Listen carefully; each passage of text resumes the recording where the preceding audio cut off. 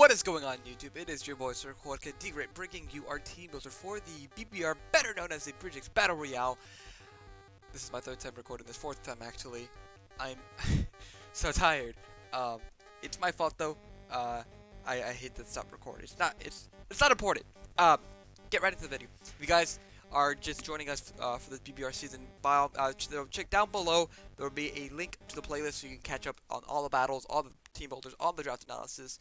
And yeah, there will also be a link to my opponent, MidPokeMaster, and his UK Torrocats, who we're prepping for this week.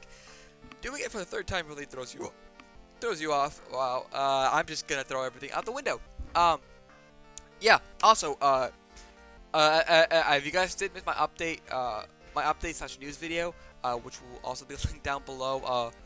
If we get this channel to 150 subscribers, I will drop my new San Ant Eggy logo with the new intro I've made for it. And yeah, it's a lot of fun. So hopefully we can get to 150 subs, and we'll see. Anyways, we're looking at Mid's team. We're right into it.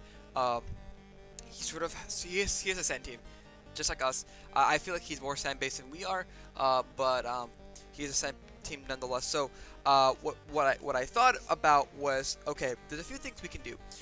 We could both bring sand. One of us brings sand, or none of us bring sand. And I feel like in two of the situations, if we both bring sand, you know, we both benefit from each other. But if one of us only brings sand, and the other one tries to read into it, assuming that we would bring sand, especially because one of our Pokemon does check his team pretty defensively, then he might bring a Pokemon that might benefit his sand.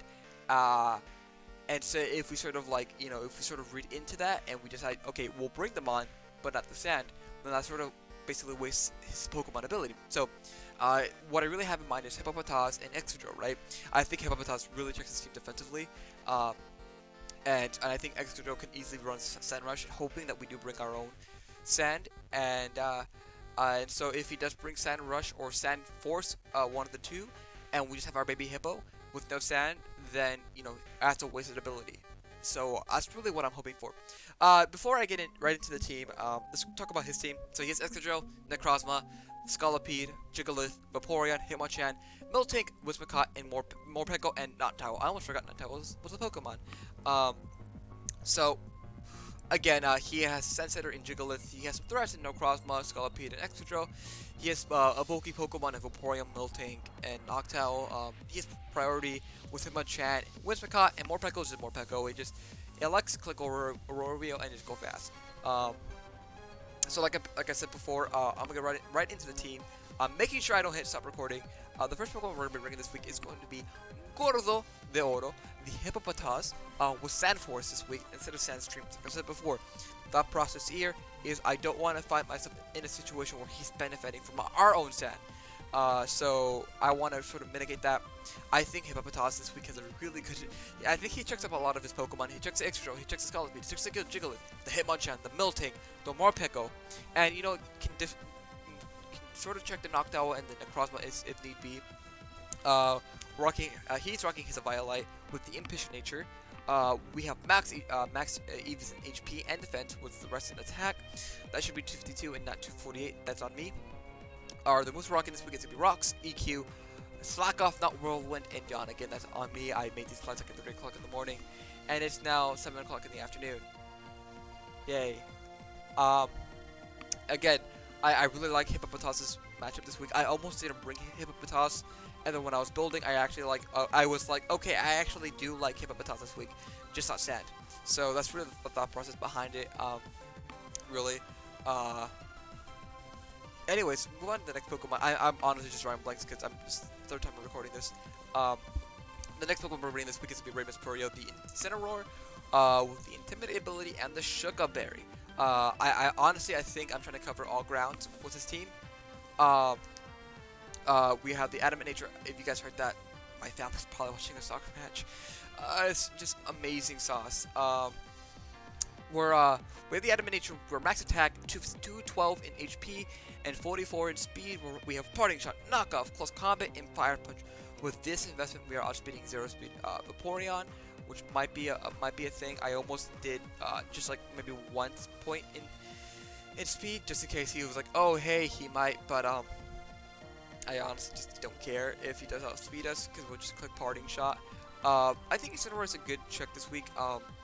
The one way Scalabit really can hit us is going to be with the EQ. Same thing with Excadrill. Hitmonchan can come in on us, but I honestly, again, we go into Incineroar and we just click parting shot almost every single time. If we're in against like the Necrozma who wants to switch out, or the Whimsicott, we literally just click parting shot, and we get a good swing. If I don't stutter. The reason why I'm rocking Fire Punch over Flare Blitz is because I don't want it to take the EQ, take it relatively well, and then click Flare Blitz, knock out the Excadrill, knock out the Scolipede, and then be in a situation where we can't switch back in because there's rocks up in the field. Because with this draft we really don't have that much removal. So that's why we're rocking Fire Punch. It does knock out most variants of Excadrill unless he's like Aqua Berry. Then we have close combat because it's also good against this team. It hits the Jigglypuff, hits the Excadrill, it hits the Miltank too, and the Morpeko especially. Knockoff is really good against the stab, removes my opponent's items, and then parting shot's good for momentum. But yeah, that's our Raymond Spirit this week. Moving on to our next Pokemon, which is going to be Sir Eggy the Executor. Again, this week he has a phenomenal matchup. I feel like almost him and Hippopotas sort of cover the same Pokemon, so I'm really not that worried. Scolipede can easily come in, but what I've noticed is that he really doesn't have like a good like Draco switch in, other than Whimsicott, and we have coverage for that. So let's go over what we have. We have first to find out what our opponent's items are. We are rocking the AV this week, so we can sponge those special hits a little bit better. We are rocking the Bold Nature, 240 EVs in HP, max defense, and then the rest in this special defense. We're rocking Draco, Leaf Storm, Flamethrower, and Sludge Bomb. Sludge Bomb is purely for the Whimsicott. If he wants to go for a Moonblast, whatever it may be, we can sort of chew it and then knock it out with Sludge Bomb. Like I said before, his only switch in is for Draco is going to be that Whimsicott, because nothing really appreciates it. If Excadrill wants to come on a Draco, so be it. I think Draco plus Flamethrower should knock it out. Hopefully, it probably doesn't, but I think regardless, just Draco is a good move here.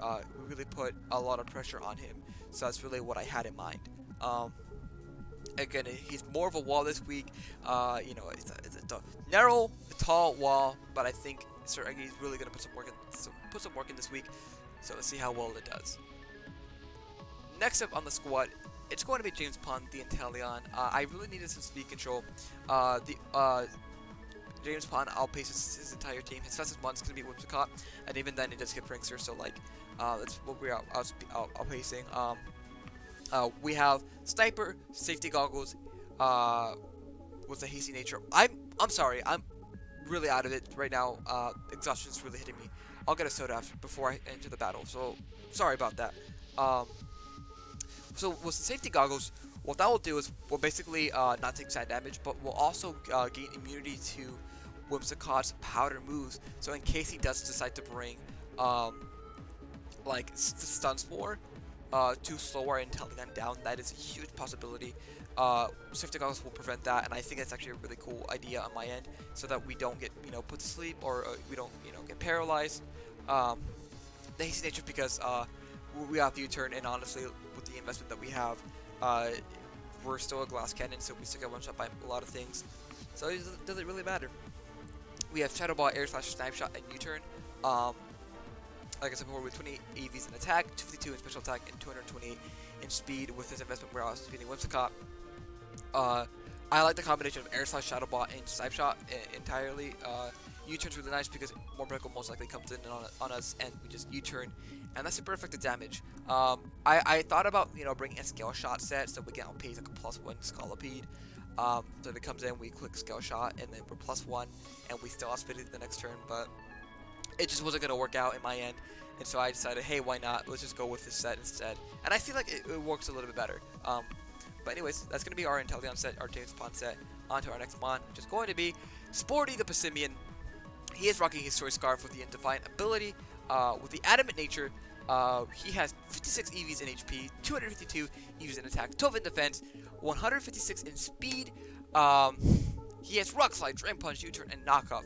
Initially, this was going to be a choice bandit set, but then I sort of was looking at the matchup, and I was like, hey, we really don't have things beside of Delian that outspeeds his team, Scolipede and the Whimsicott. So I thought, rather than bringing a Jolly choice bandit set, Simeon, I'd rather bring a choice scarf set. Our damage output is a little bit less, it's a little less significant, but we still get a bunch of hits. The EVs are not really EVs for anything, so it's not like, oh, we get 3 hit KO, but EQ. I just sort of run it down to the next 16th of health and put the rest in defense. Reason why we're rocking Drain Punch over Close Combat is similar to Incineroar with Fire Punch. It's very similar. If we click Close Combat, then we lose defense investment, which I think is very important, especially if we're like locking with the scarf. It's also a good way to getting HP overall. This is sort of my hair. Come on now. Okay. This is a bad recording. You guys are seeing it live. Rock Slide, Drain Punch, U-Turn, Knockoff is a really good combination on our end. It really just put a lot of pressure on his end. I was gonna bring like Iron Head, but then I realized Rock Slide pretty much 2 shots with Whimsicott, and if we could get a flinch, that'd be amazing. But regardless, he'll still outpace us. So like, he'll still outpace us. So it's not really that important that we OHKO. He probably stalls us out in some way or fashion. So yeah, that's our Pacifian set this week. Hopefully he does also some work. And wrapping the squad up this week, it's going to be Behia. That's how you pronounce it, Behia. The Behia. They are rocking the analytic ability with the metronome and the modest nature. We have 4 EVs in defense, max special attack. That's reversed. That'll be fixed on my end, or on your end. Max speed. We have Shadow Ball, Psychic, Energy Ball, and Agility. This is sort of our win con. This is our win con. So we click in Agility, we outpace. I believe it's gonna be we have to speed tie a timid Whimsicott. We speed tie a Whimsicott, and we start clicking buttons. So what an analytic does basically, once we click, suppose we click Shadow Ball on one turn. On the next turn, Shadow Ball's power, if we click it again, will get boosted by 1.3. But on top of that, the metronome will actually boost our attack by 1.1 every single time, I do believe. Because 1.1, 1.2, 1.3, and so on and so forth. So, essentially, if we're constantly clicking Shadow Ball, then, switches become sort of irrelevant. What's our monster special attack? We really do punch holes. I never thought BHM would come, but here they are. BHM! And if they don't do well, they're getting cut off. So yeah, the line's on it for BHM, but that's the squad, guys. Let me know what you guys think down below. I'm sorry for like the weird energy I was putting out right now. I'm just exhausted, but I'll be energized for the battle. Anyways, I'm gonna wrap things up here. You guys do me a circle. You guys do know me as Jorge can degrade. Make sure you represent the word of Neggy. He was getting a little camera shy, and we'll see you guys tomorrow for the battle. And we'll see you then. Bye-bye.